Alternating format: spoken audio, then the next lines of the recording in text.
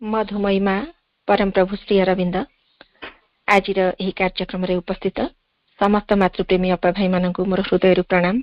वंदे मातरम। माँ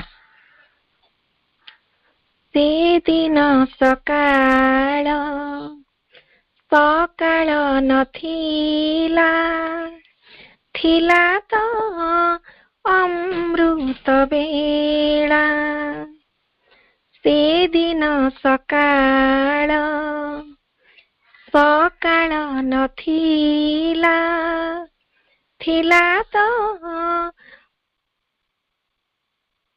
अमृत बेला जेउ दिन तुम नयन रे जेउ दिन तुम नयन रे मिसाइली मोर डोला मिसाइली मोर डोला से दिन सकाळ सकाळ नथिला थिला तो अमृत बेला केते आनंद रे तुमारी कोल रे जेबे रखिथिली मोर मथा केते आनंद रे तुमारी कोल रे जेबे रखिथिली मोर मथा सिर परे तुम हस्त थापिथिल सिर परे तुम हस्त थापिथिल थिला खाली नीरवता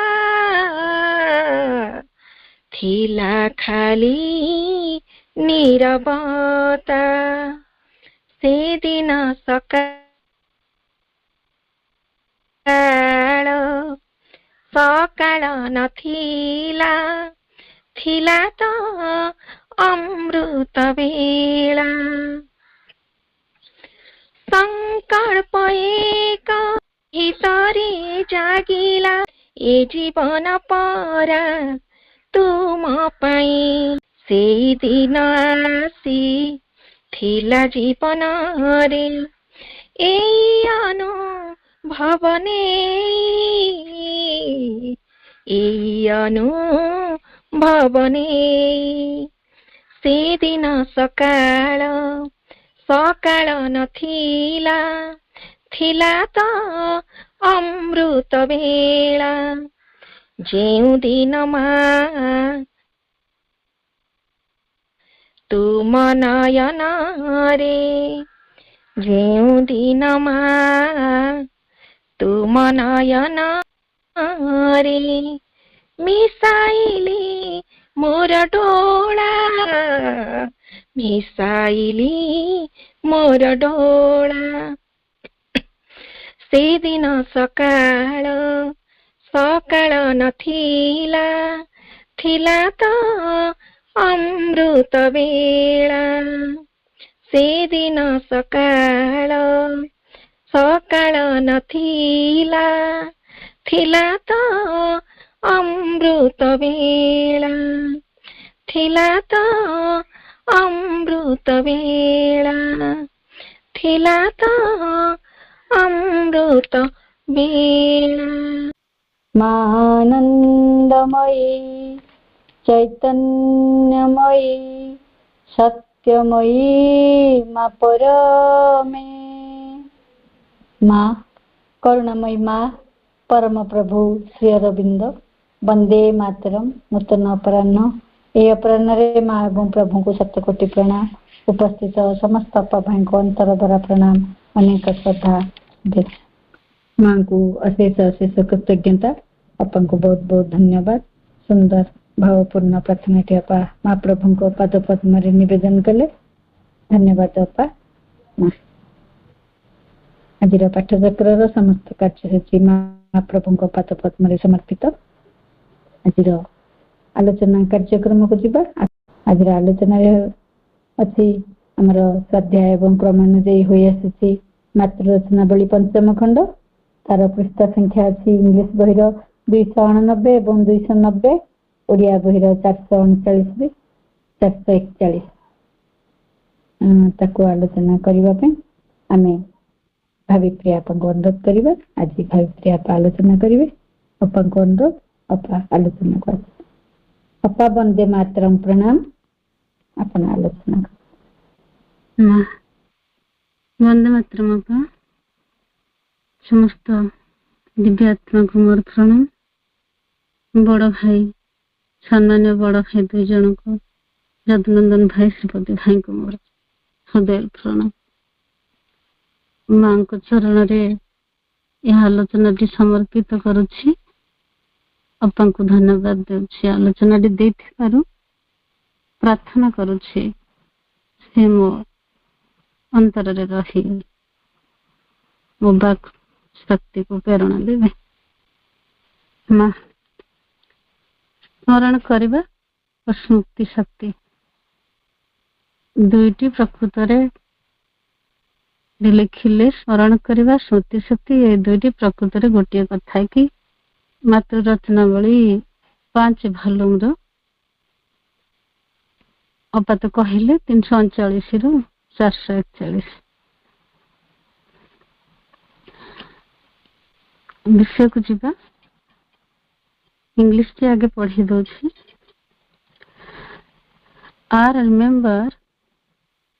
Are remembrance and memory the same thing?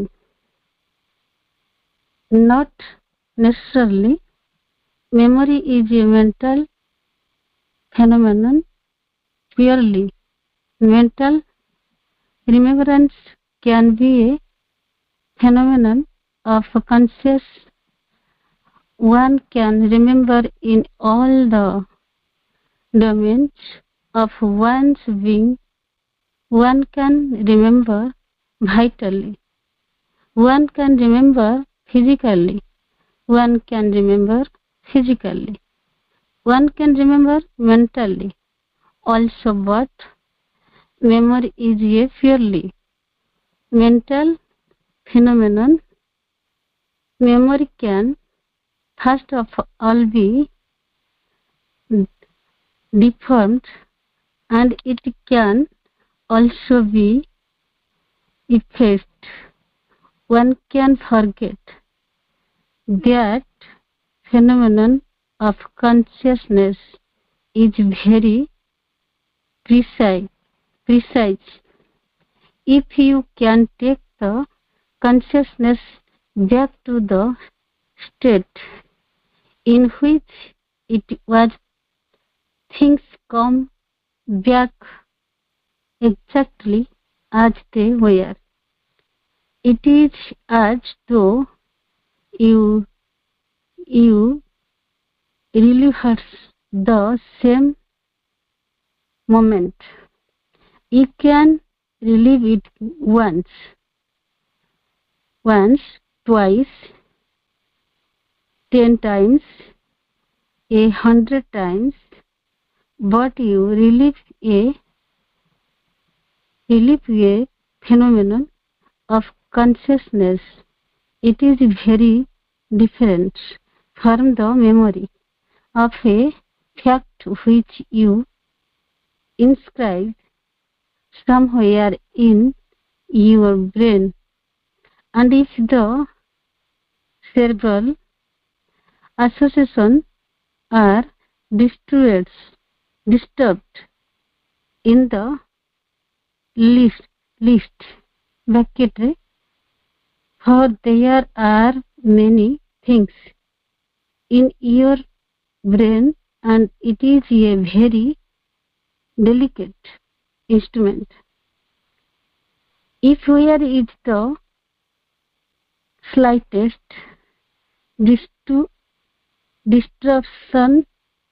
disturbance, your memory goes out of order and then holes are formed and you forget.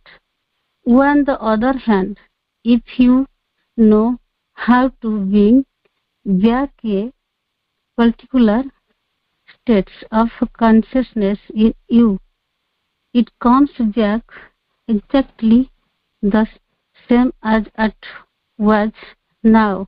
Remembrance can also be purely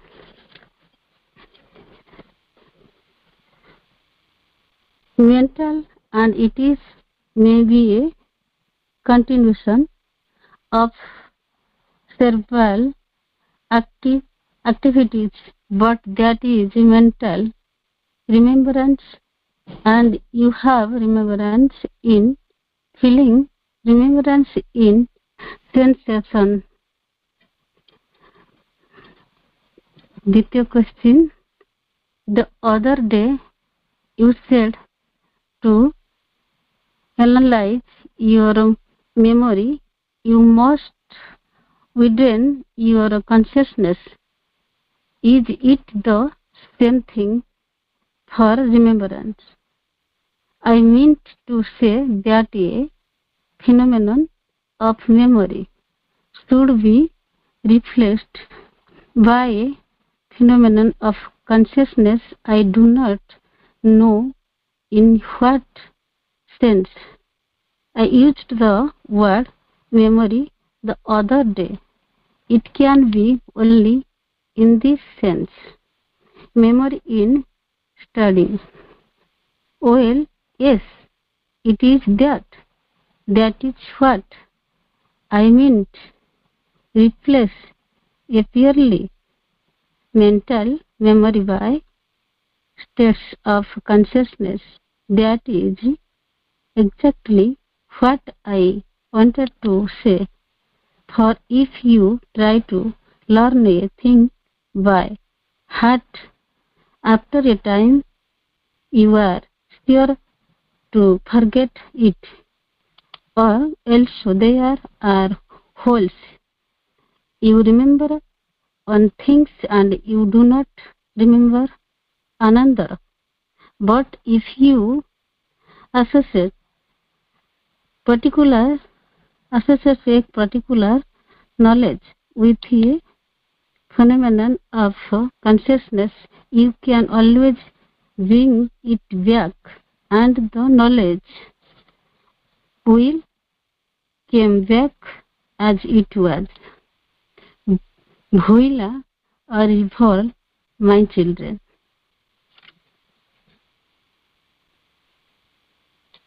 Odia ପ୍ରଥମ ପ୍ରଶ୍ନଟି ପଢ଼ିଛି, ତାପରେ ଆଲୋଚନାକୁ ଯିବା। ସ୍ମରଣ କରିବା ସ୍ମୃତି ଶକ୍ତି ଏଇ ଦୁଇଟି ପ୍ରକୃତରେ ଗୋଟିଏ କଥା କି? ମା କହୁଛନ୍ତି ନା, ସବୁବେଳେ ଆଦୌ ନୁହେଁ। ସ୍ମୃତି ଶକ୍ତି ହେଉଛି ମନର ଏକ ସାମର୍ଥ୍ୟ। ସମ୍ପୂର୍ଣ୍ଣ ଭାବରେ ଏହି ମନର ମନ୍ତ୍ର ସ୍ମରଣ କରିବା ଚେତନାର ବି ଏକ ସାମର୍ଥ୍ୟ ହୋଇପାରେ। ଆମ ସତ୍ତାର ଯାବତୀୟ କ୍ଷେତ୍ରରେ ସ୍ମରଣ କରିପାରିବା, ଚୈତ୍ୟ କ୍ଷେତ୍ରରେ ସ୍ମରଣ କରିପାରିବା ଓ ମାନସ କ୍ଷେତ୍ରରେ ମଧ୍ୟ ସ୍ମରଣ କରିପାରିବା। ମାତ୍ର ସ୍ମୃତି ଶକ୍ତି ହେଉଛି ବିଶୁଦ୍ଧ ଭାବରେ ଏକ ମାନସିକ ବ୍ୟାପାର। ପ୍ରଥମତଃ ସ୍ମୃତି ଶକ୍ତି ବିକୃତ ହୋଇଯାଇପାରିବ, ବିଲୁପ୍ତ ବି ହୋଇଯାଇପାରିବ। ଆମେ କୌଣସି କଥାକୁ ବେଶ ଭୁଲି ଯାଇପାରିବା, ମାତ୍ର ଚେତନାର ବ୍ୟାପାରଟି ଏକ ଅତ୍ୟନ୍ତ ସୁନିଶ୍ଚିତ ବ୍ୟାପାର। ଚେତନା ପୂର୍ବତନ କୌଣସି ସମୟର ଯେଉଁଠାରେ ଥିଲା, ଯଦି ତୁମେ ତାହାକୁ ପୁନର୍ବାର ସେହିଠାକୁ ନେଇଯାଇପାରିବ, ତେବେ ସେତେବେଳେ ଘଟଣା ଗୁଡ଼ିକ ଯେଉଁଠି ଯେପରି ଥିଲା ତାହା ସେହିପରି ଭାବରେ ଅବିକଳ ହୋଇ ପୁଣି ଫେରି ଆସିପାରିବ। ସତେ ଯେପରି ତୁମେ ଅତୀତର ସେହି ମୁହୂର୍ତ୍ତଟିକୁ ପୁନର୍ବାର ବଞ୍ଚିବାର ଆରମ୍ଭ କରିବ, ତୁମେ ସେଇଟିକୁ ପୁନର୍ବାର ଥରେ ବଞ୍ଚିପାରିବ, 2 ଥର ବା 10 ଥର ମଧ୍ୟ ବଞ୍ଚିପାରିବ, 100 ଥର ବଞ୍ଚିପାରିବ। ମାତ୍ର ଚେତନାର ଏକ ବ୍ୟାପାର ହିସାବରେ ହିଁ ତାହାକୁ ବଞ୍ଚିପାରିବ। ଏକଥାଟି ସ୍ମୃତି ଶକ୍ତି ଦ୍ୱାରା କୌଣସି କଥାକୁ ମନେ ପକାଇବା ଠାରୁ ଅତ୍ୟନ୍ତ ଅନ୍ୟ ପ୍ରକାରର। ସେଇଟିକୁ ତ ତୁମେ ତୁମ ମସ୍ତିଷ୍କର କୌଣସି ଏକ ସ୍ଥାନରେ ଖୋଦିତ କରି ରଖିଥାଅ ଏବଂ ମସ୍ତିଷ୍କଗତ ସଂଯୋଜନା ଗୁଡ଼ିକରେ କୋଉଠି ଏତେ ଟିକେ ବ୍ୟାଘାତ ଉପସ୍ଥିତ ହେଲେ ବ୍ରାକେଟରେ, କାରଣ ତୁମର ମସ୍ତିଷ୍କ ଭିତରେ ଆହୁରି ଅନେକ କଥା ରହିଛି ଓ ମସ୍ତିଷ୍କ ହେଉଛି ଗୋଟିଏ ଅତ୍ୟନ୍ତ ପରିମାଣରେ ସୂକ୍ଷ୍ମ ଯନ୍ତ୍ର। ଏତେ ଟିକିଏ ବାଧା ଆସି ପହଞ୍ଚିଲେ ତୁମର ସ୍ମୃତି ଶକ୍ତି ଆଉ କୌଣସି କାମ କରିବ ନାହିଁ। ସେତେବେଳେ ସତେ ଅବା କେତେ କେତେ ଘଟଣା ହୋଇଯିବ ଓ ତୁମେ ପାସରି ପକାଇବ। ମାତ୍ର ଅନ୍ୟ କ୍ଷେତ୍ରରେ ଯଦି ତୁମେ ନିଜ ଭିତରେ ଚେତନାର ଏକ ନିର୍ଦ୍ଦିଷ୍ଟ ସ୍ଥିତିକୁ ପୁନର୍ବାର ଜାଗୃତ କରି ଆଣିବାର ବାଟଟିକୁ ଜାଣିଥିବ, ତେବେ ତାହା ଯେପରି ଥିଲା ଅବିକଳ ସେହିପରି ଭାବରେ ହିଁ ଫେରି ଆସିପାରିବ।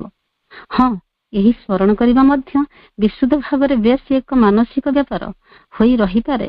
ମସ୍ତିଷ୍କଗତ କ୍ରିୟାଗୁଡ଼ିକରେ ଏକ ଅବିଚ୍ଛିନ୍ନତା ହୋଇ ମଧ୍ୟ ରହିପାରେ, ମାତ୍ର ଆମେ ତାହାକୁ ମାନସିକ ସ୍ମରଣ ବୋଲି କହିବା। ଏବଂ ସେହିପରି ଆମର ସମ୍ବେଗ କ୍ଷେତ୍ରରେ ମଧ୍ୟ ସ୍ମରଣ ରହିଛି, ଇନ୍ଦ୍ରିୟ ବୋଧ କ୍ଷେତ୍ରରେ ସ୍ମରଣ ରହିଛି। ପ୍ରଥମ ପ୍ରଶ୍ନଟି କରିସାରିବା, ଦ୍ୱିତୀୟ ପ୍ରଶ୍ନକୁ ଯିବା।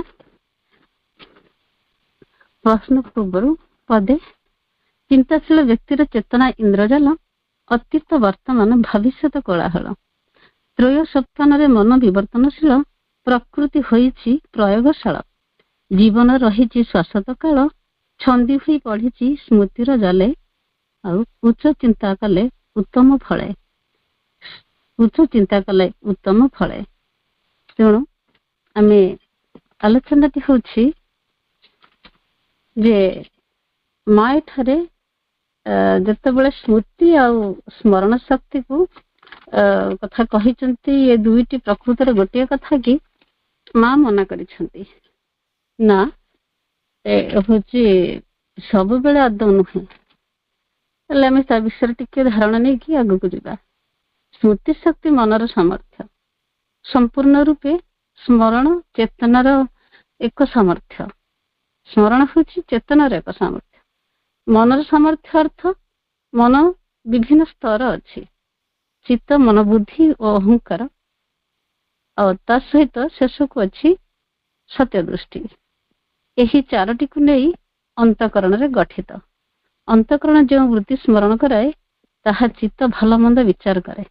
ମନ ନିଶ୍ଚୟ ସମକକ୍ଷ ରୂପ ଦିଏ, ଆଉ ବୁଦ୍ଧି ସମକକ୍ଷ ରୂପ ଦିଏ ହେଉଛି ବୁଦ୍ଧି। ଆଉ ଯେଉଁ ବୃତ୍ତିରେ ଅହଂଭାବନା ଥାଏ ତାହା ଅହଙ୍କାର। ଚତୁର୍ଥ ଶେଷ ସ୍ତରଟି ହେଉଛି ସତ୍ୟ ଦୃଷ୍ଟି ରୂପେ ଗ୍ରହଣ କରେ। ତେଣୁ ସ୍ମୃତି ଓ ସ୍ମରଣ ଜାଣିବା, ଚିତ୍ତ ଯାହାକୁ କହୁଛେ, ଏହି ସ୍ତରଟି ଅତୀତର ଅସ୍ପଷ୍ଟ ଧାରଣା, ସବୁର ବିଶାଳ ଭଣ୍ଡାର ଓ ସ୍ମୃତିର ଏକ ଗନ୍ତାଘର। ଏହି ସ୍ତରକୁ ନିର୍ଭର କରି ଅନ୍ୟ ସବୁ ସ୍ତର ତିଷ୍ଠି ରହିଛନ୍ତି। ସ୍ମରଣ କରିବା ଚେତନାର ସାମର୍ଥ୍ୟ, ଆଉ ଯାବତୀୟ କ୍ଷେତ୍ରରେ ସ୍ମରଣ କରିବା। ଏଇଠି ଯୋଉ କହିଛନ୍ତି ଯାବତୀୟ କ୍ଷେତ୍ରରେ ସ୍ମରଣ କରିବା, ମାନସ କ୍ଷେତ୍ରରେ ସ୍ମରଣ କରିବା, ଏହି ସ୍ତର ଉପରେ କିନା ନିର୍ଭର କରି ତିଷ୍ଠନ୍ତି। ଆମର ଅଭିଜ୍ଞତା ନିଷ୍କ୍ରିୟ ସ୍ତୁତି ରୂପେ ରହିଥାଏ। ତେଣୁ ଏଠି ମାନସିକ ହୋଇ ରହିଥିବା ସ୍ତୁତି ଶକ୍ତି ସ୍ଥାନରେ କିଣା ମନେ ରଖିବାକୁ ଚାହିଁବା, କିଛି କାଳ ପରେ ପୁଣି ଭୁଲିଯିବା, ତେଣୁ ବିସ୍ମରଣ ହୋଇଥାଏ। ତେଣୁ ଆମେ ଏଠି ଯୋଉ ସ୍ମୃତି ଆଉ ସ୍ମରଣ ଶକ୍ତି ପାର୍ଥକ୍ୟ କଣ ଜାଣିବା।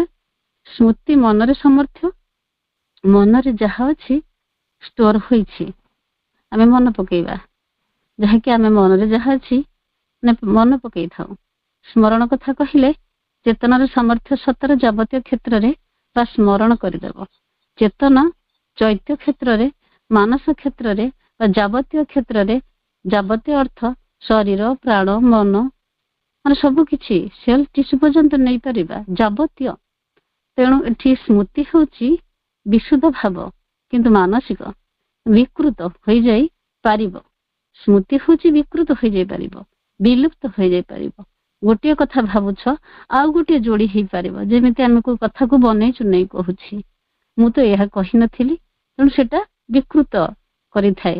ତେଣୁ ତୁମେ ଅନ୍ୟକୁ କୁହ ଯୋଉଟା କି ମୁଁ ତ ଏହା କହିନଥିଲି, ତୁମେ ଏତେ କଥା ତା ଦେହରେ କାହିଁକି ଯୋଡି ଦେଇଛ, ସେଇଟା ହଉଛି ବିକୃତ କରିଦିଏ କେତେ ସ୍ମୃତି।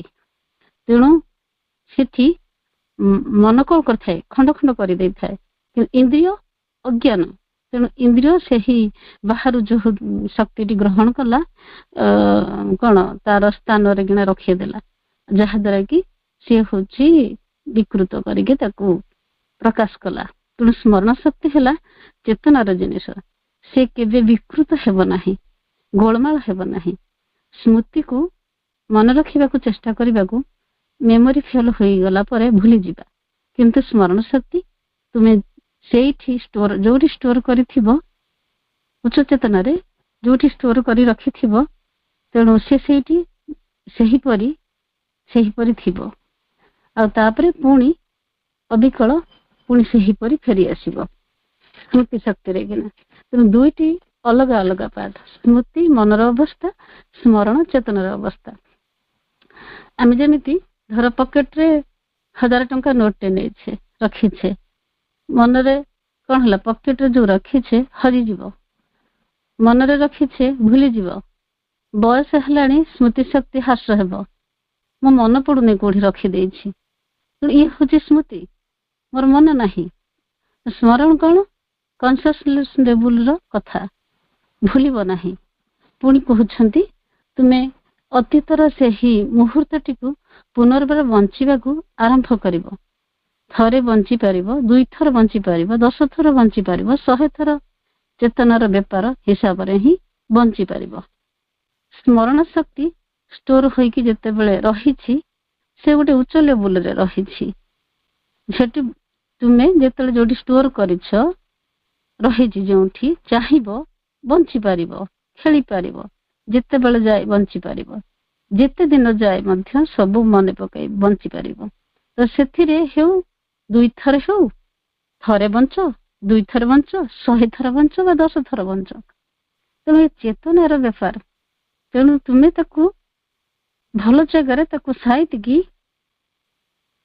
ସେଇ ଯୋଉ ସ୍ମରଣ ଶକ୍ତିଟାକୁ ମନେ ପକଉଛ, ଖୁସି ହଉଛ, ଏଇଆ ଘଟିଥିଲା, ବହୁତ ଆନନ୍ଦ ଦେଇଥିଲା, ତେଣୁ ସେଟା ହଉଛି କଣ, ଗୋଟେ ଜାଗାରେ ଭଲ ଜାଗାରେ ଷ୍ଟୋର କରି ରଖିଦେଇଛ, ଯୋଉଟା କି ତାକୁ ନେଇକି ତୁମେ ବଞ୍ଚି ପାରୁଛ। ଚେତନାର ଏକ ବେପାର ହିସାବରେ ଚେତନାକୁ ନେଇ ତୁମ ହିସାବରେ ବଞ୍ଚିବ। ସେଠାରେ ଚିତ୍ତ ଶୁଦ୍ଧି ଥାଏ, ଯୋଉଠି ତୁମେ ସେଇଟାକୁ ଷ୍ଟୋର କରିଛ।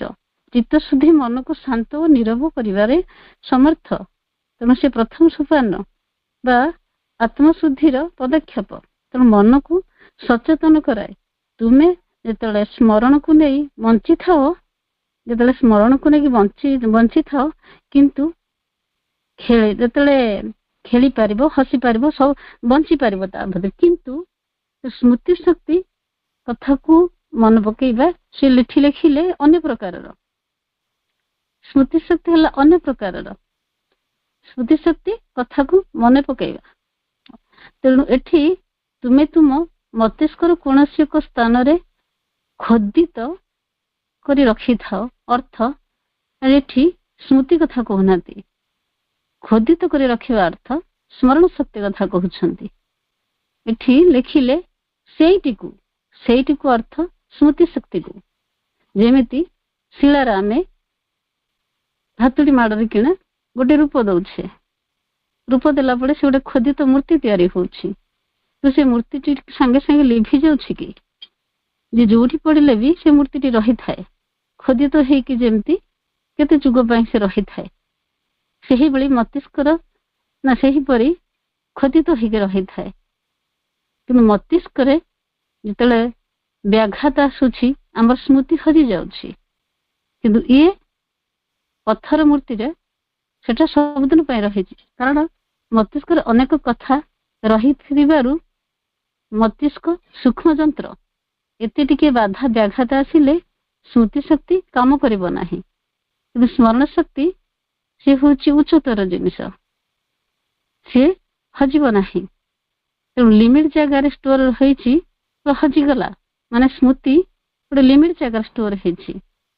ସେ କଣ କରୁଛି ନା ଟିକେ ବ୍ୟାଘାତ ହେଲା ବେଳକୁ, ଟିକେ ଧର କିଛି ଗୋଟେ ଚାପ ଆସିଲା, କିଛି ଗୋଟେ ଦୁଃଖ ଆସିଲା, କିଛି ଗୋଟେ ଯନ୍ତ୍ରଣା ଆସିଲା, ସେତେବେଳେ ଯୋଉଟାକୁ ଆମକୁ ଖୁସି ଲାଗୁଥିଲା, ଯୋଉ ସ୍ମୃତିଟି, ସେଟା କୁଆଡେ ହଜିଗଲା। ମୁଁ ଯାଇଥିଲି ଏଇ ଜାଗାକୁ, ଏଇଆ ଘଟିଥିଲା, ମତେ ଆନନ୍ଦ ଦଉଥିଲା, କାହିଁ କେତେ କିଛି ମନେ ରଖିଛି, କିଛି ଭୁଲି ଯାଇଛି। ମନେ ପଡିବ ନାହିଁ। ସେଥିପାଇଁ ଆମେ ଗୋଟେ ଯଥା ନେବା, ଧର ଆମେ 1000 ଟଙ୍କାଟେ ନେଇକି ଯାଉଛେ କିନ୍ତୁ ଆମର ହଜିଗଲା, ତ ଆମେ ଯଦି ସେଇ 1000 ଟଙ୍କାକୁ ବ୍ୟାଙ୍କରେ ରଖିଦେଇଥିବା, ଗୋଟେ ସିଷ୍ଟମରେ ରଖିଦେଇଥିବା, ସର୍ଭରରେ ରଖିଦେଇଥିବା, ସେତେବେଳେ ସେ 1000 ଟଙ୍କାଟି ଯତ୍ନର ସହିତ ରହିଥିବ। ତ ସ୍ମୃତି ହଉଛି ସୀମିତ, ସ୍ମରଣ ଶକ୍ତି ହଉଛି ଅସୀମିତ। ଯଦି ସ୍ମରଣ ଶକ୍ତି ଷ୍ଟୋର କରିଥିବ, ବା ଆମର ଯୋଉ ଶବ୍ଦ ଚେତନା, ଯୋଉ ଶୁଦ୍ଧ ଚେତନାରେ এই ଶବ୍ଦ ରୂପୀ ଯୋଉ ସ୍ମରଣ ଶକ୍ତିଟି ଆମେ ଯଦି ଷ୍ଟୋର କରିଥିବା ତାହେଲେ ସେ ରହିଥିବ, ଯଦି ନ କରିଥିବୁ ତାହେଲେ ରହିନଥିବ। ତେଣୁ ସ୍ମରଣ ତୁମ ମସ୍ତିଷ୍କର ଏକ ସ୍ଥାନରେ ଖୋଦିତ କରି ରଖିଥାଏ। ଖୋଦିତ ଯେମିତି ଖୋଳିକି ତାକୁ ବନେଇ ଚୁନେଇକି ଗୋଟେ ରୂପ ଦେଇକି ତାକୁ ଦୁନିଆକୁ ଦେଖିବା ପାଇଁ ସେ ରହିଥାଏ ସମସ୍ତେ। ସେହିଭଳି ଆମର ସ୍ମରଣ ଶକ୍ତିରେ ଖୋଦିତ ଭଳିଆ ସେ ରହିଥାଏ, ମୂର୍ତ୍ତି ପରିକା। ତେଣୁ ଏଠି ସ୍ମରଣ ଏଠି ହଉଛି ନା କଣ କହିଲେ, ମନର ବା ମସ୍ତିଷ୍କ ସଂଯୋଜନ ଗୁଡ଼ିକରେ ବ୍ୟାଘାତ ଆସିଲେ ସ୍ମୃତି କାମ କରିବ ନାହିଁ, ଭୁଲିଯିବ। ସ୍ମୃତି ଶକ୍ତିକୁ ପ୍ରଖର କରିବା ସକାଶେ ଚିତ୍ତଶୁଦ୍ଧିର ଆବଶ୍ୟକ ରହିଥାଏ। ତେଣୁ ମସ୍ତିଷ୍କର ପ୍ରଶିକ୍ଷଣ ଦ୍ୱାରା ଆମର ବିଚାର ଶକ୍ତି ବା ବୋଧ ଶକ୍ତି ବିକଶିତ ହୋଇଥାଏ। ସ୍ମୃତି ଶକ୍ତି ନିଷ୍କ୍ରିୟ, ତେଣୁ ବିଭାବଟିଏ ଗଚ୍ଛିତ ହୋଇଥିବା ପୁରୁଣା ଧାରଣା, ସଂସ୍କାର ଓ ଅନୁଭୂତିର ମିଶ୍ରଣ ଫଳରେ ବିକୃତ ହୋଇଥାଏ। ଆମର ଯୋଉ ପୁରୁଣା ପରମ୍ପରା, ପୁରୁଣା ଧାରଣା, ପୁରୁଣା ସଂସ୍କାର, ପୁରୁଣା ଅନୁଭୂତି, ତା ଭିତରେ ସବୁ କିଛି ଗୋଳିଆ ଘାଣ୍ଟି ହେଇଯାଇଥାଏ। ସବୁ ଯାଇକି ତା ସହିତ ଗୋଳିଆ ପାଣି ମିଶ୍ରଣ ଫଳରେ କିନା ସେ ବିକୃତ ହୋଇଯାଇଥାଏ। ମନର ସାମର୍ଥ୍ୟରେ ଇନ୍ଦ୍ରିୟ ମାନେ ବାହାରୁ ଗ୍ରହଣ କରନ୍ତି ଯେଉଁ ସମ୍ବାଦ, ତାହା ବିକୃତ ରୂପଟି ନିଏ। ତେଣୁ ସ୍ମରଣ ସକ୍ରିୟ ବିଭାଗଟିରେ ସଂସ୍କାର ଗୁଡ଼ିକ ଭିନ୍ନ ଭିନ୍ନ ରୂପ ନିଏ। ଯେତେ ସ୍ମରଣ ଶକ୍ତିଟିରେ ସେଠି କଣ କରୁଛି, ଭିନ୍ନ ଭିନ୍ନ ରୂପ ନିଏ, ନୂଆ ନୂଆ ରୂପ ନିଏ। ତେଣୁ ଚିନ୍ତା, ଆମର ଧାରଣା, କଳ୍ପନା, ସମ୍ବେଦନା, ଭିନ୍ନ ଭିନ୍ନ ରୂପ ଗୁଡ଼ିକ ସକ୍ରିୟ ବିଭାଗରେ ସୃଷ୍ଟି ହୋଇଥାଏ। ଯାହାକି ଏଠି ଲେଖିଲେ ସ୍ମରଣ ହେଲା ଚେତନାର ସ୍ତର, ଆଉ ମନରେ ସ୍ମରଣ କରିବା ତାହା ଚେତନାର ସ୍ମରଣ। କାହିଁକି କହିଲେ ନା, ମନ ଶିକ୍ଷିତ ହୋଇ ଊର୍ଦ୍ଧ୍ୱକୁ ଯାଇ ଊର୍ଦ୍ଧ୍ୱ ସ୍ତରରେ ଗଚ୍ଛିତ କରି ରଖିବ, ତାହେଲେ ଶିକ୍ଷିତ ହେଇଗଲା ପରେ ସିଏ ସ୍ମରଣ ଶକ୍ତିଟି ଉତ୍ତମ ରୂପ ଦେବ। ତେଣୁ ଏଠି ଲେଖିଲେ ବୁଝନ୍ତୁ, ଏଠି ମସ୍ତିଷ୍କ ସୂକ୍ଷ୍ମ ଯନ୍ତ୍ର, ଏତେ ଟିକେ ବାଧା ଯେତେବେଳେ ଆସି ପହଞ୍ଚିଲେ ସ୍ମୃତି କାମ କରିବ ନାହିଁ। କାହିଁକି ନା, ବାଧା ଆସିଲେ ମନ ଅସ୍ଥିର, ବିଚଳିତ, ବିଭିନ୍ନ ଭାରସାମ୍ୟ ରଖିବ ନାହିଁ, ତାର ଚିନ୍ତାଗ୍ରସ୍ତ ହେଇଯିବ, ବିଭିନ୍ନ ନକାରାତ୍ମକ ଚିନ୍ତା ପଶିଯିବ। ତେଣୁ ସେଥିପାଇଁ ଅସ୍ତବ୍ୟସ୍ତ ହେଇଯିବ।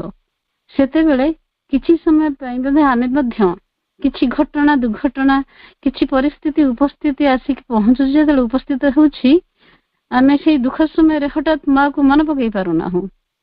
କାହିଁକି ନା, ଆମ ଚିନ୍ତାଟି, ଯୋଉ ସ୍ମୃତିଟି, ସେ ହଉଛି ଅଜ୍ଞାନ ଯୁକ୍ତ, ଇନ୍ଦ୍ରିୟ ଯୁକ୍ତ ହେଇକି ତା ଭିତରେ ମିଶ୍ରିତ ହେଇକି ଆସିଥିବାରୁ ଆମେ ହଠାତ୍ ଭୁଲି ଯାଉଛେ, ଯୋଉଟା କି ଆମେ ନକାରାତ୍ମକ କିଛି ଚିନ୍ତା କରିଦଉଛେ। କିଛି ପୁଅଟି ବାହାରୁ ଯାଇଛି, ମନେ ମନେ ଭାବୁଛି କିଛି ହେଇଯିବନି ତ, ଆଗେ ହଉଛି ଖରାପ ଚିନ୍ତାଟି ଆସିଥାଏ। ତେଣୁ ତାପରେ ମାଙ୍କୁ ପ୍ରାର୍ଥନା କରିଥାଉ, ମା ତାକୁ ଟିକେ ଦେଖିବୁ। ପ୍ରଥମ କାହିଁକି ନେଗେଟିଭ ଚିନ୍ତା କଲ?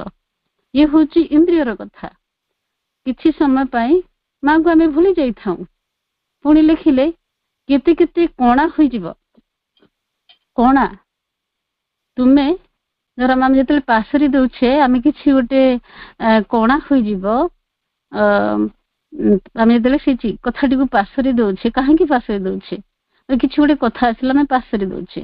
ମଣିଷ ଗୋଟିଏ ଚିନ୍ତାଶୀଳ, ବାକ୍ୟଶୀଳ ବ୍ୟକ୍ତି। ମଣିଷ ଏମିତି ଚିନ୍ତା କରେ, ବାହାରୁ ଆସି ଯେତେବେଳେ ଚିନ୍ତା ପ୍ରବେଶ କରେ, ଅର୍ଥକୁ ଅନର୍ଥ କରେ। କଣା ଅର୍ଥ, ଯେତେବେଳେ ବାହାରୁ କିଛି ଜିନିଷ ଆସୁଛି, ମୁଣ୍ଡ ଭିତରେ ପ୍ରବେଶ କରୁଛି, ସିଏ କଣା କରିଦଉଛି, ବ୍ୟସ୍ତ କରିଦଉଛି। ତେଣୁ ଗୋଟିଏକୁ ଦୂର କଲା ବେଳକୁ ସେ ଆଉ ଗୋଟିଏର ଆଘାତ ଦେଉଛି, ମାଡ଼ି ବସୁଛି। ଦୁଶ୍ଚିନ୍ତା, କୁଶ୍ଚିନ୍ତା, ଦୁର୍ଭାଗ୍ୟ ସବୁ କିଛି, ଯେମିତି କୋଉଠି ଦୈବିକ ଚିନ୍ତା, କୋଉଠି ପାର୍ଥିବ ଚିନ୍ତା, ଜଗତରେ ଆମର କେତେ କଣ ଭାରସାମ୍ୟ ନେଇକି ଚିନ୍ତା, କେତେ କଣ ଆମେ ଗୋଟେ ଭଲ କହିଲା ବେଳକୁ ଗୋଟେ ମନ୍ଦ ଆସି ପହଞ୍ଚି ଯାଉଛି। ସେତେବେଳେ ବ୍ୟତିବ୍ୟସ୍ତ କରିଦଉଛି, ସମଗ୍ର ସତ୍ତାକୁ ଅସ୍ଥିର କରିଦଉଛି। ତୁମେ ଭଲ ଶିକ୍ଷା ନେଉଛ, ସଙ୍ଗେ ସଙ୍ଗେ ପାଶୋରି ଦେଉଛ, କିନ୍ତୁ ଯଦି ଯଦି ତୁମେ ନିଜ ଭିତରେ କହିଲେ ନିଜ ଭିତରେ ଚେତନାର ଏକ ନିର୍ଦ୍ଦିଷ୍ଟ ସ୍ଥିତିକୁ ପୁନର୍ବାର ଜାଗୃତ କରି ଆଣିବା, ତାହେଲେ ବାଟଟିକୁ ଜାଣିଥିବ। ଆମେ ଯଦି ସେଇ ଷ୍ଟୋରେଜ ଯୋଉଟା ଷ୍ଟୋରେଜ ହାଉସ ବଡ କରିଦେଇଥିବା, ପ୍ରସାରିତ କରିଦେଇଥିବା, ଉର୍ଦ୍ଧ୍ୱକୁ ନେଇଯାଇଥିବା, ଯେମିତି ମୁଁ କହିଲି ଯେ ପକେଟରେ ରଖିଛି ଜିନିଷଟି ହଜି ଯାଉଛି, ମୁଁ ଲକରରେ ରଖିଦେବି, ହଜିବ ନାହିଁ। ସେହିଭଳି ଯେତେବେଳେ ମୁଁ ବାଟଟିକୁ ଜାଣିଥିବି, ବାଟଟି ଅର୍ଥ ମୁଁ ଧର ଏଠି ଯାଇକି ମୁଁ ଗୋଟେ ବହି ଖୋଲିଛି, ନମ୍ବର ପକେଇଛି, ସେ ବାଟ ଦ୍ୱାରା ହିଁ ମୁଁ ପଇସାଟା ଉଠଉଛି। ସେହିଭଳି ମୋ ମଣିଷ ଶରୀରରେ ଯୋଉ ଭଲ ଜିନିଷଟି ସଞ୍ଚିତ କରି ରଖିବାକୁ ଚାହୁଁଛ ଆଉ ତାକୁ ମନେ ପକେଇବାକୁ ଚାହୁଁଛ କି ତା ଦ୍ୱାରା ବଞ୍ଚିବାକୁ ଚାହୁଁଛ, ସେ ବାଟଟିକୁ ଜାଣିଥିବା ଦରକାର। ତେବେ ତାହା ଯେପରି ଥିଲା ଅବିକଳ ସେହିପରି ଭାବରେ ହିଁ ଫେରି ଆସିପାରିବ। ସ୍ମରଣ ଶକ୍ତି କଣ? ଯେତେବେଳେ ଆମେ ତାଲିମ ଦେବା, ତାଲିମ ପାଇଲା, ସ୍ୱାଭାବିକ ଭାବରେ ମାନସିକ କେନ୍ଦ୍ର ଗୁଡିକ ବିକଶିତ କରିବା। ଆମେ ପ୍ରାର୍ଥନା କରିବା, ମାଙ୍କୁ ପ୍ରାର୍ଥନା କରିବା, ତାଙ୍କ ସହିତ ମାଙ୍କୁ ଯୋଡ଼ିବା। ଆମେ ତ କଣ କହୁଛେ, ଗୋଟେ ଜାଗାରେ ଯଦି କଷ୍ଟ ହଉଛି ଆମେ ସେଇ ଜାଗାରେ ଆଣିକି ମାଙ୍କୁ ବସେଇଦବା ଆଉ ମାଙ୍କ ଆଲୋକକୁ ଡାକିବା। ସେତେବେଳେ ସେଇ ଜାଗାଟି ଯଦି ଆମେ ବ୍ୟାକୁଳିତ ହେଇ ଡାକୁଛେ, କିଛି ମୁହୂର୍ତ୍ତ ପରେ ସେ ଜାଗାଟି ଆରାମ ଲାଗୁଛି, ଭଲ ଲାଗୁଛି, ଯଦି ବ୍ୟାକୁଳିତ ସହିତ ଆମେ ଡାକୁଛେ। ତେଣୁ ଏଠି ଆମେ ଯୋଉ ମାନସିକତାର ଅଛି, ସ୍ୱାଭାବିକ ଭାବରେ ଯୋଉ ମାନସିକତା ନେଇକି ଆମେ ବଞ୍ଚୁଛେ, ସେଇ କେନ୍ଦ୍ରଟିକୁ ଯେତେବେଳେ ଆମେ ବିକଶିତ କରିବା, ଆଲୋକିତ କରିବା, ଆନନ୍ଦ ଆଣିବା, ଆଲୋକ ଆଣିବା, କ୍ଷମତା ପ୍ରସାରିତ କରିବା, ଉଚ୍ଚ ସ୍ତରକୁ ନବା, ଚିନ୍ତାକୁ ଉଚ୍ଚ ଜାଗାକୁ ନେବା, ଉଚ୍ଚ ଜାଗାରେ ଷ୍ଟୋର କରିବା। ଯେମିତି କହିଥିଲି ସେହିଭଳି, ଧର ପଇସାର କଥା କହିଲି, ସେହିଭଳି ତାକୁ ଗୋଟେ ଗୁପ୍ତ ଜାଗାରେ ରଖିଲେ ଆଉ ତାର କୋଡ ମନେ ରଖିବା ଯେ ଏଇ ଜାଗାରେ କିଣା ମୁଁ ରଖିଛି, ଏଇ ଉଚ୍ଚ ସ୍ତରକୁ ଯାଇକି ମୁଁ ରଖିଛି। ତେଣୁ ସେତେବେଳେ ଯେତେବେଳେ କାଢିଲ କି ମନେ ପକେଇଲ, ସେ ହଠାତ୍ ଉର୍ଦ୍ଧ୍ୱ ଚେତନାରେ ଯେତେବେଳେ ଅଛି, ଉର୍ଦ୍ଧ୍ୱ ଚେତନା ଆପଣ ବୁଝନ୍ତୁ, ନିମ୍ନ ଚେତନାରେ ଅଶୁଦ୍ଧି ଗୁଡାକ ଅଛି, ନିମ୍ନ ପ୍ରକୃତି ଗୁଡାକ ଅଛି। କିନ୍ତୁ ଯେତେବେଳେ ଆମେ ଉର୍ଦ୍ଧ୍ୱ ଚେତନାରେ ରଖୁଛେ, ସେଠି କୌଣସି କଣ ଖରାପ ନାହିଁ, ତେଣୁ ସେ ସୁରକ୍ଷିତ ରହିଲା। ତେଣୁ ଯାହା ଅଛି ସେହିପରି ଭାବରେ କିଣା ପୁଣି ଆମେ ଆଣିଲେ ଫେରି ଆଣିପାରିବା, ତା ଦେହରେ କୌଣସି ମିଶ୍ରଣ ହେଇନଥିବ। କିନ୍ତୁ ଆମେ ଯେତେବେଳେ କୋଉଠି ଯେମିତି କହିଲି ପକେଟରେ ରଖିଲି, ହଜିଗଲା କି ନେଇଗଲା କି ଯାହା ବି ହେଲା, ଘରେ ବାହାରେ କୋଉଠି ଥୋଇ ଦେଇଛି କି ଚୋରି କରି ନେଇଗଲା, ଏସବୁ ଅନ୍ୟ ପ୍ରକାରର, କାରଣ ଏଠି ମିଶ୍ରିତ ଅଛି, କେହି ନା କେହି ଗୋଟେ ଅଲଗା ପ୍ରକାରର ଘଟେଇବ। ତେଣୁ ଆମର ଶୁଦ୍ଧତା ଅଛି ଯଦି ଚିନ୍ତାରେ, ତାର ଅସ୍ଥିର ନଥିବ, ଦୁଃଖ ନଥିବ, ଦୁଶ୍ଚିନ୍ତା ନଥିବ, ଶୁଦ୍ଧ ଥିବ, ଆମେ ତାକୁ ପୁଣି ସେହି ଅବସ୍ଥାରେ ଫେରି ପାଇବା। କାହିଁକିନା ସେଠି ତ ଖରାପ ପଶି ନାହିଁ, ଅବିକଳ ସେହିପରି ପାଇବା। ତେଣୁ କିନ୍ତୁ ଫେରି ପାଇବାର ବାଟଟି ଜାଣିବା ଦରକାର। କାହିଁକି ନା ଦେଖନ୍ତୁ, ଆମର ଚେତନା ଉଚ୍ଚକୁ ଯାଇଛି, ପୁଣି ତଳକୁ ଖସୁଛି, ଉଚ୍ଚକୁ ଯାଉଛି, ପୁଣି ତଳକୁ ଖସୁଛି। ଆଜି ବଢିଆ ଲାଗୁଛି ମାଙ୍କ କଥା, ଆଜି ଦିନଟି, କିନ୍ତୁ କାଲି ଦେଖିଲା ବେଳକୁ ଭାରାକ୍ରାନ୍ତ ହେଇକି ଆମେ ବିଛଣାରେ ଶୋଇଛେ। ଆରେ କାଲି ତ ଆମେ ବଢିଆ ଲାଗୁଥିଲା ଦିନ ସାରାଟି, ଆଜି କାହିଁକି ଭାରାକ୍ରାନ୍ତ ହେଇଛେ? ତେଣୁ ଆମେ ଇନ୍ଦ୍ରିୟ ମନକୁ ନେଇକି ଚାଲିଛେ, କେତେବେଳେ କେମିତି ଉତ୍ଥାନ ପତନ ହଉଛି, ଚେତନା ଉପରକୁ ଯାଉଛି, ତଳକୁ ଆସୁଛି। ତ ସେଥିପାଇଁ ଆମର ଯୋଉ ଚେତନା ଉଚ୍ଚକୁ ଯାଉଛି, ପୁଣି ତଳକୁ ଖସୁଛି। ଉର୍ଦ୍ଧ୍ୱରେ ରଖି ଆମେ ନିର୍ଦ୍ଦିଷ୍ଟ ଉଚ୍ଚକୁ ଉଠି ଯାଇପାରି ନାହୁଁ। ଉଠିଗଲା ପରେ ହୁଏତ ଆମର ନିମ୍ନଟା ପ୍ରତିବନ୍ଧକ ହବ ନାହିଁ। ତେଣୁ ରଖିଦେଉଛେ। ସେଥିପାଇଁ କଣ, ଯେତେବେଳେ ଆମେ ଧର ତଳ ଉପର ହଉଛେ, ତଳୁ ଚେତନା ଗୁଡିକ ମଧ୍ୟ ମନ ଭିତରେ ପ୍ରବେଶ କରୁଛି, ଯାହା ଦ୍ୱାରା କି ଉର୍ଦ୍ଧ୍ୱ ଚେତନା ଯାହା ଗଚ୍ଛିତ ଥିଲା ଆମେ ଭୁଲି ଯାଇପାରୁ। ତେଣୁ ଚେତନାର ଯୋଉ ନିମ୍ନଗାମୀ ହେଲା, ସେତେବେଳେ ଯେଉଁ ଚେତନାର ଥିବ, ମନେ ଅଛି, ସେହି ଶୁଦ୍ଧତା ରହିବ। ଯଦି ମୁଁ ଚେତନା ଉର୍ଦ୍ଧ୍ୱରେ ଥିବି, ସେହି ଶୁଦ୍ଧତା ରହିବ।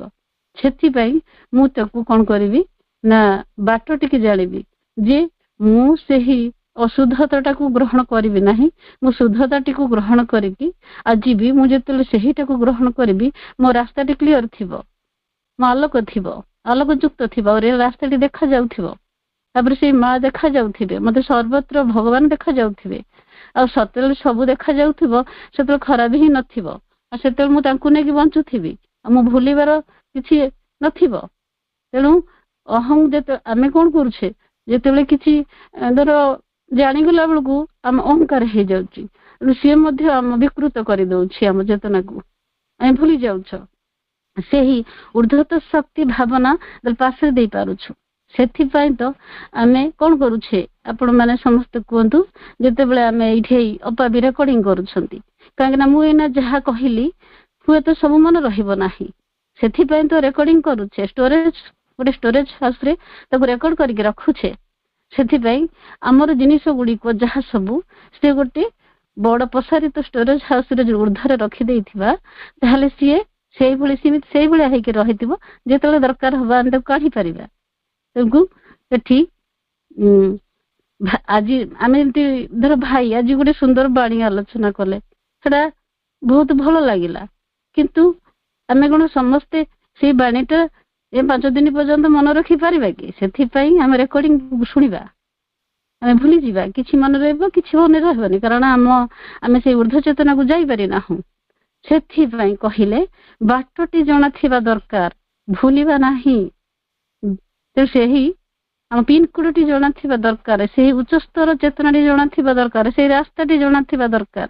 ମୁଁ ଏଉଠୁ ମୋର ଷ୍ଟୋରେଜଟେ ମୋ ଯତ୍ନ କରିକି ମୁଁ ସାଇତି କରିକି ରଖିଛି, ମୁଁ ଭୁଲିବି ନାହିଁ, ମୁଁ ଅସ୍ଥିର ହେବି ନାହିଁ, ମୁଁ ନୀରବ ରହିବି, ମୁଁ ପ୍ରଶାନ୍ତ ରହିବି, ମୁଁ ଶାନ୍ତ ରହିବି, ଯାହାଦ୍ୱାରା କି ମୁଁ ଭୁଲିବି ନାହିଁ। ଜଣାଥିବ, ଯେମିତି ଭୁଲିଯିବି ବୋଲି ସେଥିପାଇଁ ତ ମୋର ଏଇ ସବୁ କଥା ଚାଲିଛି ନା। ମୋ ଭିତରେ ସେହି ଇନ୍ଦ୍ରିୟ ମାନେ ଅସ୍ଥିର କରୁଛନ୍ତି, ତେଣୁ ମୋର ଉର୍ଦ୍ଧ୍ୱ ଚେତନା ଏକାଗ୍ରତା ଆଣିବାକୁ ପଡିବ, ନିବିଡ଼ ଭାବରେ ମାଙ୍କୁ ଭଲ ପାଇବାକୁ ପଡିବ, ଧରିବାକୁ ପଡିବ। ତେଣୁ ମା ହଉଛନ୍ତି କଣ, ସ୍ମରଣ ଶକ୍ତିକୁ ବଢେଇବେ। ମାଙ୍କୁ ଧରିବା, ବାଟ ଚାଲିବା ଅଭ୍ୟାସ କରିବା, ସେତେବେଳେ ସେ ହିଁ ଆମକୁ ଭୁଲେଇବାକୁ ଦେବେ ନାହିଁ। ଗୀତାରେ ଯେମିତି କୁହାଯାଇଛି, ନହିଁ କାନେନ ସଦୃଶଂ ପବିତ୍ର ହିମ ବିଦ୍ୟତେ, ମାନେ ଜ୍ଞାନର ସଦୃଶ୍ୟ ବଳ ପୃଥିବୀରେ ଆଉ କିଛି ନାହିଁ। ଜ୍ଞାନ କର୍ମକୁ ନିୟନ୍ତ୍ରଣ କରେ ଆଉ ଶୁଦ୍ଧ କରେ। ଜ୍ଞାନ ପୁରୁଷ ମା ପ୍ରଭୁଙ୍କୁ ପ୍ରକାଶ କରି ଚାଲିବା, ଆମେ ସେଇ ଜ୍ଞାନଟିକୁ ପାଇବା, ଆମେ ତାଙ୍କୁ ପ୍ରକାଶ କରି ଚାଲିବା, ଆଉ ସେହି ଆମ ବାଟ, ସିଏ ହିଁ ଆମ ବାଟ। ମନ ନୀରବ ସଜାଗ ହୋଇ ତପସ୍ୟା କରିବ। ମନରେ ଯେତେବେଳେ କଣ, ମନର ନେତା ହବ କି ଅନ୍ତରାତ୍ମା। ଯେତେବେଳେ ମନର ନେତା ଅନ୍ତରାତ୍ମା ହେବ, ସେ ଆମକୁ ବାଟ ଦେଖାଇବେ, ସତ୍ୟ ସହିତ ମିଳାଇବେ। ଅବିକଳ ସେହିପରି ଯାହା ଆମେ ଖୋଜୁଛେ, ଯାହା ଆମେ ପାଉଛେ, ଆଜି ଆମେ ଏତେ ସୁନ୍ଦର କଥା ଗୁଡିକ ବହିରୁ ପଢିଲେ କାଲିକି ଭୁଲି ଯାଉଛେ, ହେଲେ ଆମେ ମାଙ୍କୁ ପ୍ରାର୍ଥନା କରିବା, ସେଇ ସୁନ୍ଦର କଥା ଗୁଡିକ ମନେ ରହିଯାଇଥିବ, ଆମେ ତାଙ୍କୁ ଫେରି ପାଇବା।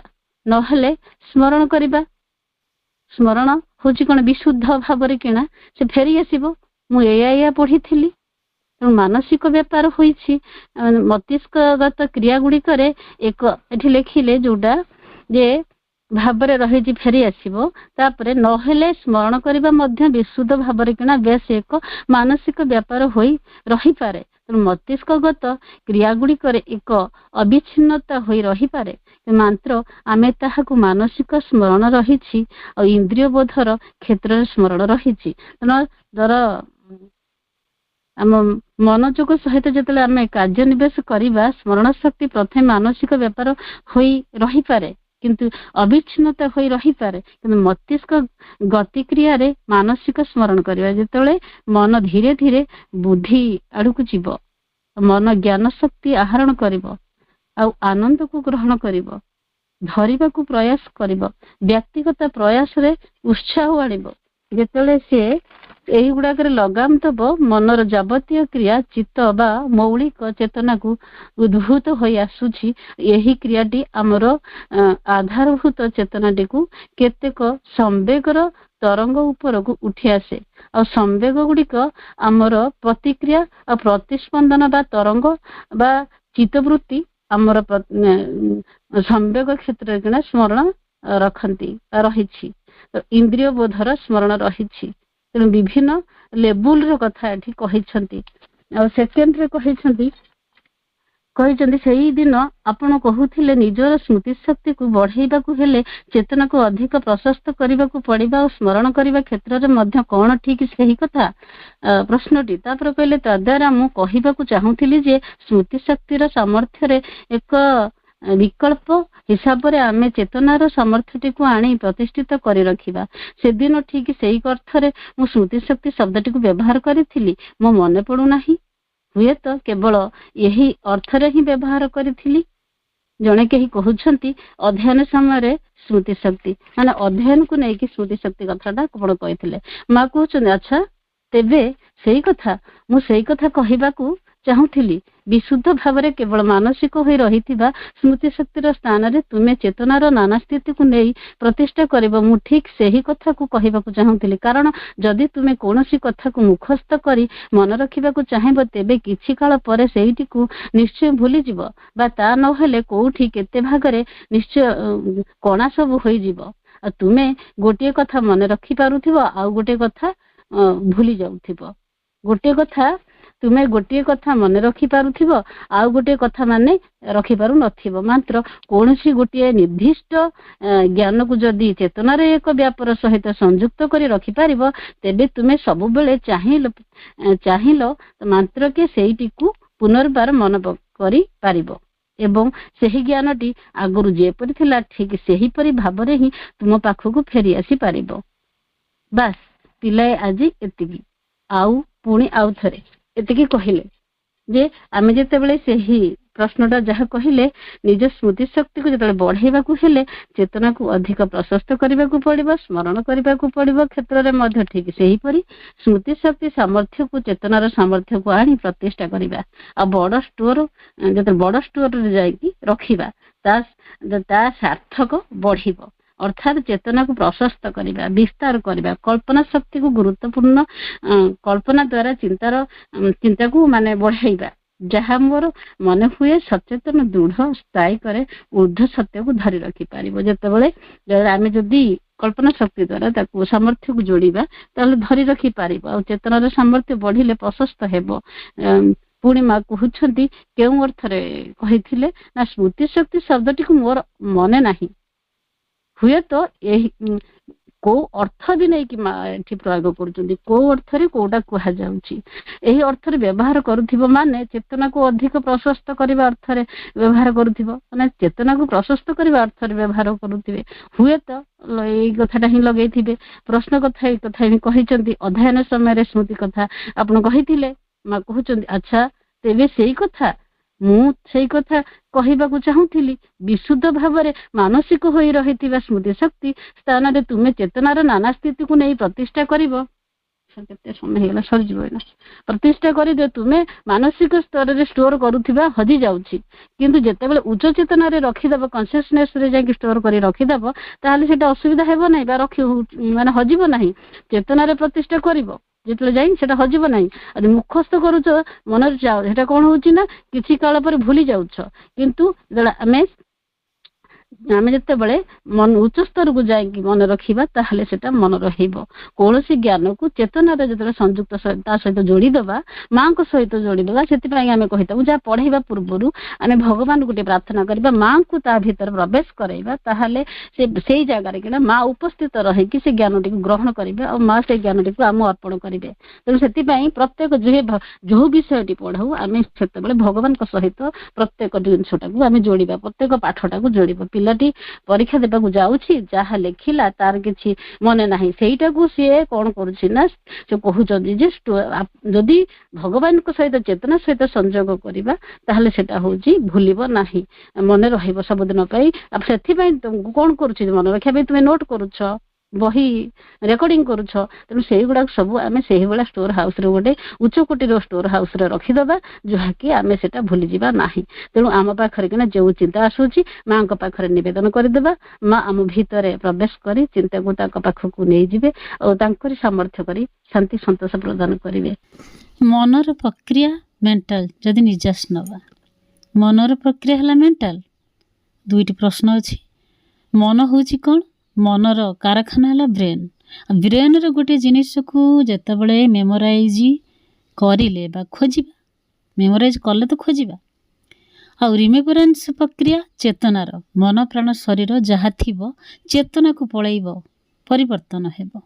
ଯେମିତି ଆମେ ଉଦାହରଣ ନେବା, ଯଥା ଆମେ ପଢ଼ୁଛୁ, ଆଗରୁ ପଢ଼ୁଛୁ, ବର୍ତ୍ତମାନ ପଢ଼ୁଛେ, କିଛି ମେମୋରିରେ ଷ୍ଟୋରେଜ୍ ହୋଇ ରହେ, ପୁଣି କିଛି ଭୁଲିଯାଏ, କିଛି ସ୍ମୃତି ବେଳେବେଳେ କ'ଣ ଅଧିକାଂଶ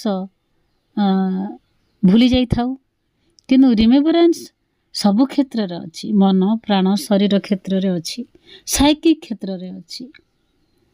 କାଲି ଆଜି ଅଛି ବି କାଲି ଅଛି, ସବୁବେଳେ ପାଇଁ ସିଏ କ'ଣ ନା ଚୈତ୍ୟ କ୍ଷେତ୍ରରେ ଅଛି। କିନ୍ତୁ ସାଧାରଣ ମନସ୍ତାତ୍ତ୍ୱିକ ବା ମା କହିଛନ୍ତି ଚୈତ୍ୟ ସ୍ତରକୁ ଗଲେ ତ କିଛି ଗୁରୁତ୍ୱ ରହିବ ନାହିଁ, ସେଠି ତ ଶୁଦ୍ଧତା ହିଁ ଶୁଦ୍ଧତା। ତେଣୁ କନସିୟସନେସ୍ ଅଲଗା କଥା, ସେହି ଅବସ୍ଥା ଥିଲା ଯାହା ଘଟିଥିଲା, ଅନୁଭବ କରିଥିଲା, ସେ ଯାହା ବି ମନ ଭିତରେ ତାର ହେଇଥିଲା ବା ଅନୁଭୂତି ହେଇଥିଲା ସେ ଥିବ। ହଁ, କୌଣସି କାରଣରୁ ଅଲଗା ସ୍ଥିତିକି ପଳେଇଛି, ଗୋଟିଏ ସ୍ଥିତିରୁ ଅନ୍ୟ ସ୍ଥିତିକି ପଳେଇଛି, ଉପରୁ ତଳକୁ ଯାଉ ବା ଯେଉଁଠିକି ଯାଉ ପଳେଇଛି, ସେହି ସ୍ଥିତିକୁ ଯେତେବେଳେ ସେ ପୁଣି ସେଇ ସ୍ଥିତିକୁ ପଳେଇ ଆସିବ, ସେଇ ଚେତନା ସ୍ଥିତିକୁ ପଳେଇ ଆସିବ ବେଳେ ରିମେମ୍ବର କରିବ ବା ସେ କନସିୟସନେସ୍ କ'ଣ ଫେନୋମେନନ୍ ସେ କ'ଣ କରିବ ନା ଫେନୋମେନନ୍ କରିପାରିବ ବା ରିମେମ୍ବର କରିପାରିବ। ତେଣୁ ଏଠି ସେଇଭଳି ଦ୍ୱିତୀୟ ପ୍ରଶ୍ନରେ କ'ଣ କହିଛନ୍ତି, ଚେତନା ବିସ୍ତାର କଥା କହିଛନ୍ତି। ମା କହିଲେ ତୁମେ ସ୍ମୃତିଶକ୍ତି ବଢ଼େଇବାକୁ ଗୋଟେ ଜାଗାରେ କହିଛନ୍ତି, ମା ଆମେ ଶୁଣିଛେ ଗୋଟେ ଜାଗାରେ କହିଛନ୍ତି ଯେ ସ୍ମୃତିଶକ୍ତିକୁ ବଢ଼େଇବାକୁ ହେଲେ ଚେତନାକୁ ପ୍ରଶସ୍ତ କରିଦିଅ। ତେଣୁ ଏହା କ'ଣ ନା ରିମେମ୍ବର କ୍ଷେତ୍ରରେ ଏକା କଥା କି ମେମୋରି ସହିତ କନସିୟସନେସ୍ କିଛି ପ୍ରକ୍ରିୟା ନାହିଁ। ମେମୋରି ଜାଗାରେ ଯଦି କନସିୟସନେସ୍କୁ ରଖିଦେବା ବା ଚେତନାକୁ ରଖିଦେବା, ଚେତନାର ପ୍ରକ୍ରିୟାକୁ ରଖିଦେବା, ସେଇ କଥାରେ କହିଛନ୍ତି ମା, ଆଉ ସେହିଥିରେ ବେଶୀ ରହିବ। ଆମେ ଆଗରୁ ପାଠ ପଢ଼ୁଥିଲେ, ମୁଖସ୍ଥ କରି ମନେ ରଖୁଥିଲେ, ପଣିକିଆ ମୁଖସ୍ଥ କରୁଥିଲେ, ଅନ୍ୟାନ୍ୟ ବିଷୟବସ୍ତୁକୁ ଆମେ ମୁଖସ୍ଥ କରୁଥିଲେ, କିଛି ଦିନ ମୁଖସ୍ଥ କରୁଥିଲେ, କିଛି ଦିନ ପରେ ଭୁଲି ଯାଉଥିଲେ। ଯେମିତି ବଡ଼ ଜାଗାରେ କଣା ଥିଲେ ପାଣି ବୋହିଯାଏ, ସେହିଭଳି ଧର ଏପଟରେ ପାଣି ପଶୁଥିବ, ସେପଟେ ଛୋଟ କଣାଟେ ଥିବ, ସେ ପାଣିଟି ବାହାରୁ ଯାଉଥିବ। ତ ସେହିପରି କ'ଣ ନା ଆମ ଭିତରୁ ଯେଉଁ ସ୍ମରଣ ଶକ୍ତି, ଯାହା ଅନୁଭୂତି, ଯାହା ଆମେ ଧରି ରଖିଛେ, ଏପଟରେ ଯଦି ଆମେ ମନେ ପକାଉଥିବେ, ସେପଟରେ କିଛି କିଛି ଭୁଲି ଯାଉଥିବେ। ସେଥିପାଇଁ ପିଲାଙ୍କୁ ଚେତନାର ସ୍ଥିତିକୁ ନେବାକୁ ଚେଷ୍ଟା କରାଯାଉଛି, ଯାହାକି କେତେବେଳେ ଭୁଲିବ ନାହିଁ। ଏବେ ସେଇ ଶିକ୍ଷା ଦେବା ପାଇଁ ମଧ୍ୟ ସରକାର ମାନେ ବିଭିନ୍ନ ସ୍ତରରେ ଚେଷ୍ଟା କରୁଛନ୍ତି।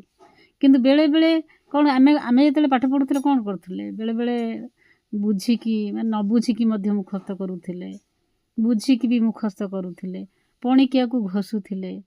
ତେଣୁ ଏସବୁ କ'ଣ ହେଉଥିଲା କି ଯାହାକି ଆମର ଭୁଲି ଯାଉଥିଲେ। ତେଣୁ ଜଣେ ଜଣେ ଅଳ୍ପ ପଢ଼ିକି ମଧ୍ୟ ମନେ ରଖିଦେଉଥିଲେ, କାହିଁକିନା ସେମାନେ ଚେତନାକୁ ବୁଝିଥାନ୍ତି। ଆଉ ଜଣେ ଜଣେ ବେଶୀ ପଢ଼ିକି ମଧ୍ୟ ଭୁଲି ଯାଉଥାନ୍ତି ବା ଭୁଲି ଯାଉଥିଲେ। ଇଏ ହେଉଛି କ'ଣ ଗୋଟେ ଚେତନାର ସ୍ଥିତିକୁ ନେଇକି ଇଏ ହେଉଛି ବ୍ୟବସ୍ଥା। ତେଣୁ ଗୋଟେ କଥା ଏଠି କହିକି ସାରୁଛି, ସଂସାରରେ ସବୁଠାରୁ ବଡ଼ ରୋଗ ହେଲା ଚିନ୍ତା, ଯାହା ମଣିଷକୁ ଚିତା ପର୍ଯ୍ୟନ୍ତ ନେଇଯାଏ। ଆଉ ଚିନ୍ତା ଆଉ ଚିତ୍ତ ଦୁହେଁ ଏକା ଭଳି, ଫରକ ଖାଲି ଏତିକି ଯେ ଚିନ୍ତା ମଲା ଲୋକଙ୍କୁ ଜାଳିଦିଏ, କିନ୍ତୁ ଚିତା ମଲା ଲୋକଙ୍କୁ ଜାଳିଦିଏ, କିନ୍ତୁ ଚିନ୍ତା ବଞ୍ଚିବା ଲୋକଙ୍କୁ ଜାଳିଦିଏ। ଭଲ ସ୍ମୃତି ଆସୁ। ଭଗବାନ ସମସ୍ତଙ୍କୁ ସାହା ହୁଅନ୍ତୁ। ବନ୍ଦେ ମାତରମ୍। ପ୍ରଣାମ।